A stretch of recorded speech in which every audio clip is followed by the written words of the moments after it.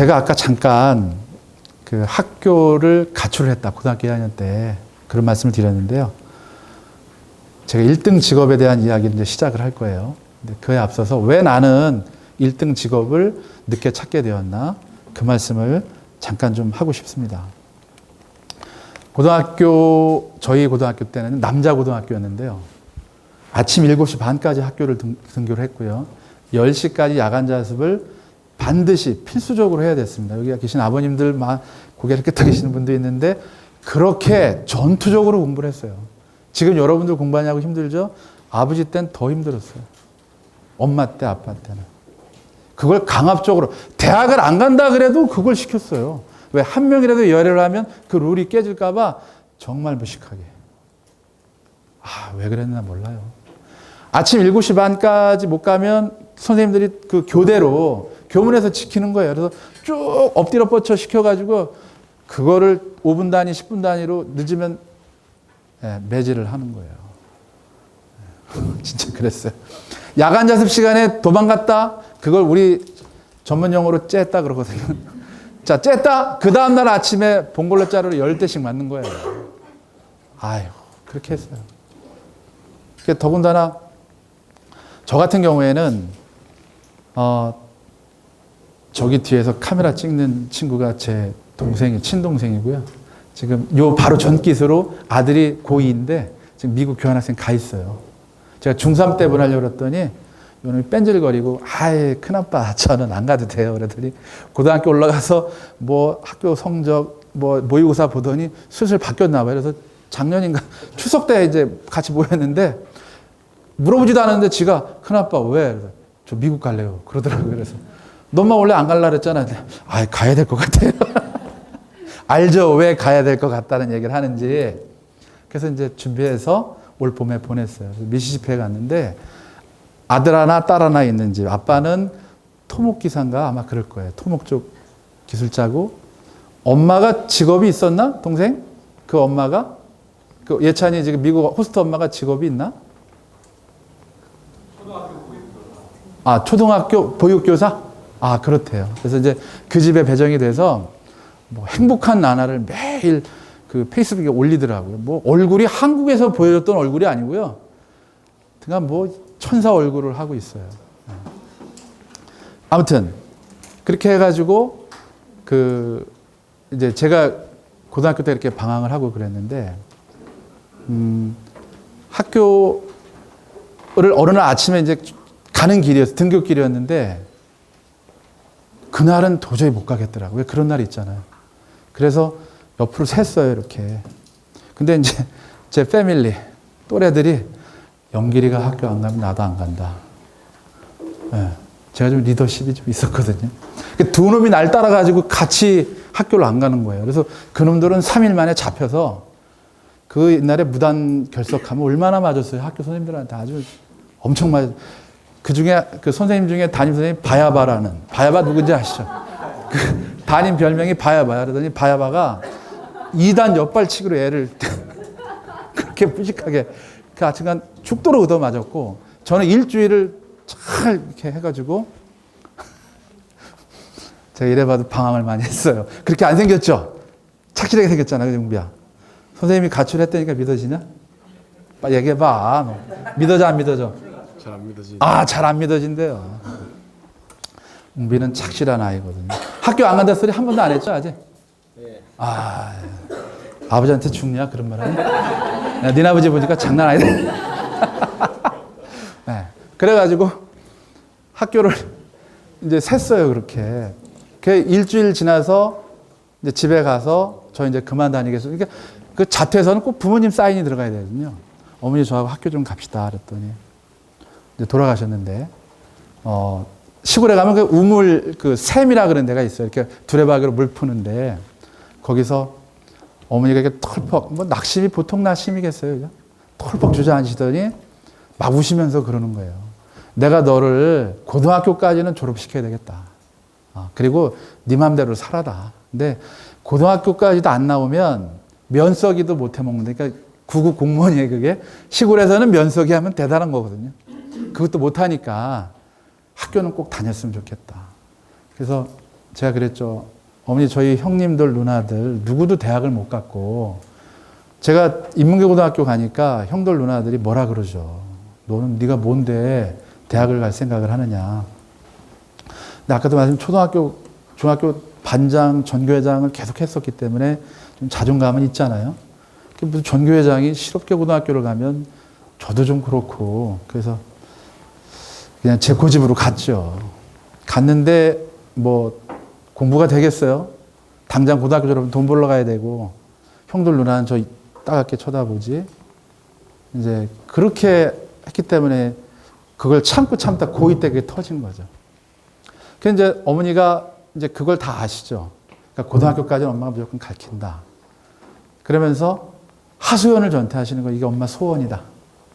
아주 그냥 끝까지, 예, 저를 말리시더라고요.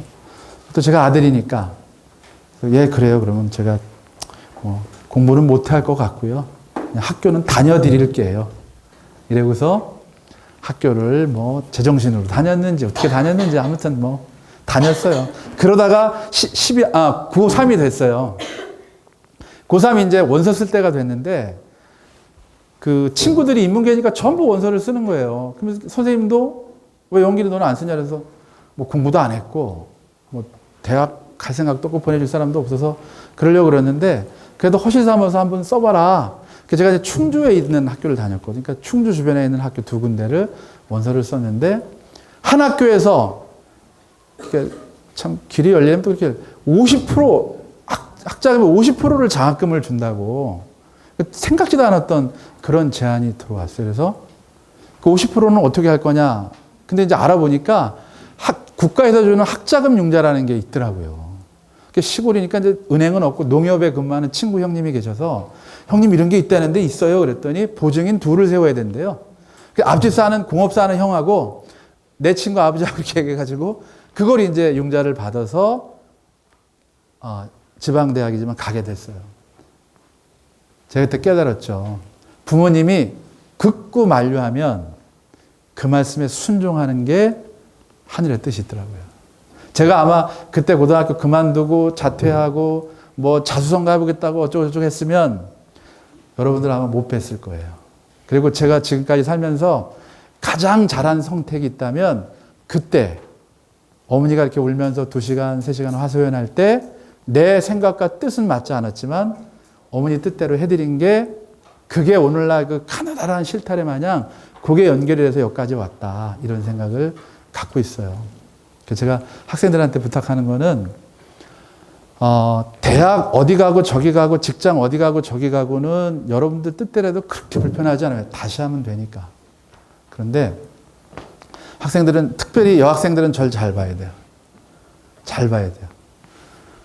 결혼은 일륜지 대사거든요. 이 직업은 10번 바꿔도 돼요. 저도 10번 바꿨다니까. 그런데 결혼은 10번 못 하잖아요. 그래서 남자친구든 또는 여자친구가 결혼을 할 때는 반드시 부모님께 3번 이상 노를 받으면 그 교제는, 예, 저처럼 부모님 뜻에 순종하는 게 제가 생각하는 하나님의 뜻입니다. 하늘의 뜻입니다. 그게. 예. 한 번만 더요. 무슨 진로 특강 하는데 결혼 얘기를 하냐 그러겠는데, 저는 이제 뭐 학교도 다녀보고 직장도 다녀보고 결혼도 살아보잖아요. 그런데 가정이 실패하면 길이 없어요. 네. 그래서 결혼은 어떻게 하라고요? 부모님이 3번 노하면 어떻게 한다고? 부모님 뜻에 순종하는 게 좋습니다. 그러면 그 친구의 10배 좋은 배우자가 나타나요. 네. 꼭 명심해 주시기 바랍니다. 자, 그래서 그렇게 방황을 막 했는데, 그렇게 대학을 가고 졸업을 해서 막상 이제 내 길을 찾아보려고 했는데요. 나에 대한 정보가 하나도 없는 거예요. 내가 뭘 잘하는지, 뭘 좋아하는지 단 한 번도 그런 상담, 교육을 받아본 적이 없으니까, 제가 어떻게 건축가를 가게 됐냐면, 원서 쓰러 가는 날 친구 아버지가 교감 선생님인데, 연기라 일로 와라 그러더니 물어보는 건, 너는 무슨 과 갈 거냐? 그때 이제 막 이런 게 컴퓨터가 막 나올 시즌이다 보니까 저 그거 한번 해보려고요. 그게 비전이 있대요. 그랬더니 그 아버지가 한마디로, 야, 그거 돈 못 번다. 그러면서 건축가를 가야 돈을 번다고. 그리고 원서 쓰러 가는 날 과가 바뀌었어요. 그래가지고 학교는 잘 다녔어요, 제가. 사회성도 있고 그러니까 뭐 이런 말 하면 좀 그렇지만 교수님들하고 이렇게 어울려서 뭐 개도 잡아먹고 뭐 이렇게 하면서 점수 잘 받았죠, 그 당시에는. 지금 옛날엔 그래. 아버지도 학교 다닐 때 그런 적 있으실 것 같아요. 그러니까 이제 예비역들끼리 뭐 그런 것도 있고 뭐 이렇게 하면서 잘 지냈죠. 근데 문제가 생겼어요. 이제 졸업을 하고 직장을 건설회사를 갔거든요. 그 저기 망우리 그쪽에 신내동에 아파트 큰 단지가 있었어요. 그걸 짓는 데 제가 발령을 받아 갔는데 첫날 이 일이 나한테 안 맞는 걸 첫날 알았어요. 첫 번째 가니까 안 잊어버려요. 뭐 무전기 뭐 이렇게 안전모 뭐 이렇게 안전화 이렇게 신더니 뭘 줘요 그래도 이게 뭐예요 그랬더니 레미콘 있잖아요. 레미콘. 콘크리트 타설하는 거. 그거를 납보고 관리하래요. 그 문 앞에서 레미콘 왔다 갔다 하면 사인해주고 그거 대수시고 뭐 이런 거래. 하루 종일 말 한마디도 안 했어요. 지루하더라고요. 그래서 이걸 내가 어떻게 할 수 있을까? 이제 이거 괜찮아. 근데 조금 있다가 그 아파트, 고층 아파트는 엘리베이터 설치하기 전에 그 옆에 리프트카라고 임시 엘리베이터 있잖아요. 그 철망같이 생긴 걸로. 거기 타고서 이제 막 10층, 15층 올라가는데요. 촌놈이 그런 걸 타봤어야 알지. 고소공포증이 있는 거야. 그 유격이 리프트카에서 고까지 한 30cm 꽤 멀어요, 그게. 발을 이렇게 옮기는데 밑에가 막 뚫린 것 같고요.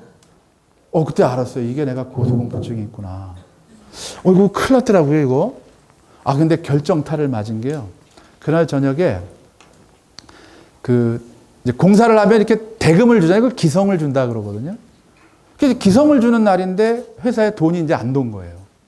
그러니까 그 현장 일 하시는 뭐 목수팀, 철구팀 이런 분들이 막 꽃갱이잖아.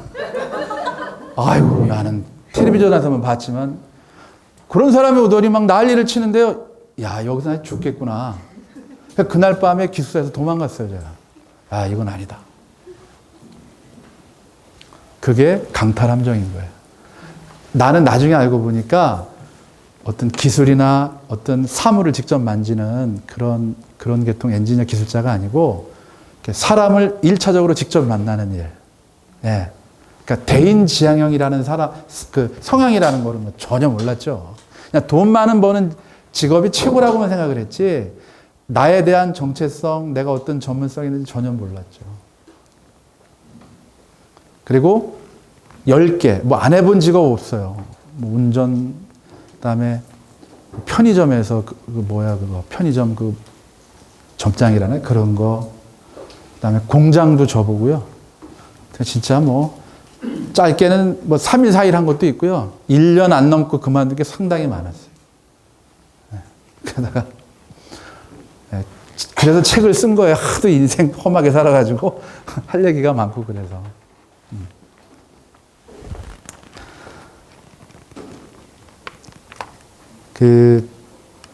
그때 알았어요. 직업을 많이 바꿨거든요. 백수의 필수 코스 공무원 시험도 제가 2년 준비했어요. 그러니까 제가 직업 상담할 때는요. 이렇게 얼굴만 보면 저 사람 뭐에다 하나가 보이더라고요. 한 번은 제가 이제 팀장 할 때인데 우리 여선생님이 팀장님이 직접 상담을 해야 된대, 상담을. 그래서 왜 그랬더니 이력서 자기소개서를 가져왔는데 전부 한문이에요. 저도 모르겠어요. 제2 외국어를 4개를 한대요. 뭐 했느냐면 사법고시를 8년 준비한 친구. 8년. 저는 그 친구 집에도 가봤어요. 너무 그 친구가 안 됐어가지고 뭐 거의 벼랑 끝에 있더라고요. 그래서 집에도 가보고 살라고, 죽지 말고 살으라고. 그랬더니 뭐 한문도 너무 잘 쓰고요. 뭐 그런 경험도 제가 해봤었어요. 직장을 10번을 옮기는데 깨달은 게 뭐냐면요. 여러분 잘 들어야 돼요. 나의 재능을 가지고 내가 만족하려고 하면요. 직업 못 구해요. 내가 잘하는 일을 갖고 내가 만족스럽게 직장을 생활하려면 그거 1년 안에 그만둬요. 웅비야, 너는 안 그럴 것 같은데. 그래서 내가 잘하는 재능, 나의 전문성을 가지고 남을 만족시키는 게 직업이란 말이에요. 아버님들은 다 동의하실 수 있잖아요. 물론 어머니들도. 그거 깨닫느냐고 몇 년 동안 10개로 옮긴 거예요. 이상하더라고요. 해보면 나한테 안 맞아. 분명히 잘할 수 있는 일이라 그래서 시작을 했는데 이게 안 맞는 거예요. 그래서 1등 직업은 나의 전문성, 나의 재능을 가지고 남을 섬기는 거예요. 남의 만족을. 그러면 그 사람, 만족받은 사람, 그 사람의 욕구가 채워지면 그 사람이 그때 나를 10분의 1 정도 이만큼 인정해 주는 거예요. 제가 이 일을 할 수 있는, 이 사업을 할 수 있는 계기가 뭐냐면, 교환학생 잘 갔다 왔다고 떡해가지고 오시는 분도 계시고, 3, 4년, 2년이 돼서 좋은 대학 갔다고, 음료수 사가지고 오시는 분, 케이크 사가지고 오시는 분, 그 케이크 참 맛있죠. 왜냐하면 부담이 안 되고, 이제 끝나는 상황이니까. 저는 이 가운데 저희 선생님들하고 식사 한번 합시다. 많아요. 그럼 제가 꼭 그래요. 끝나고요. 그거 잘못 먹으면 얹히거든요. 아무튼. 그래서 그게 제 보람이에요. 열심히 1년간 잘해서 힘든 가정에 배정돼도 잘 극복하고 힘든 가정에 가야 성장을 많이 해요. 그렇다고 뭐 학대받고 뭐 과식 그런 거 아니에요. 좀 이렇게 보수적인 가정들도 분명히 있거든요. 대개는 만족도가 한 90%씩은 다 돼요. 그리고 안 들어오려고 그래요. 한 놈도. 잘하셔야 돼요. 돈 없다고 탁 시침이 뛰어야지. 아빠 나 여기 너무 좋아. 나 여기서 고등학교 대학까지 가면 여기서 성공할 것 같아. 같어예요. 같아. 제가 15년 하면서 어려워요. 미국 사람들도 미국 사람들도 힘든데 한국 사람이 미국 가가지고 그거 되겠어요. 1년 정도 하는 거니까 이렇게 좋다 그러지.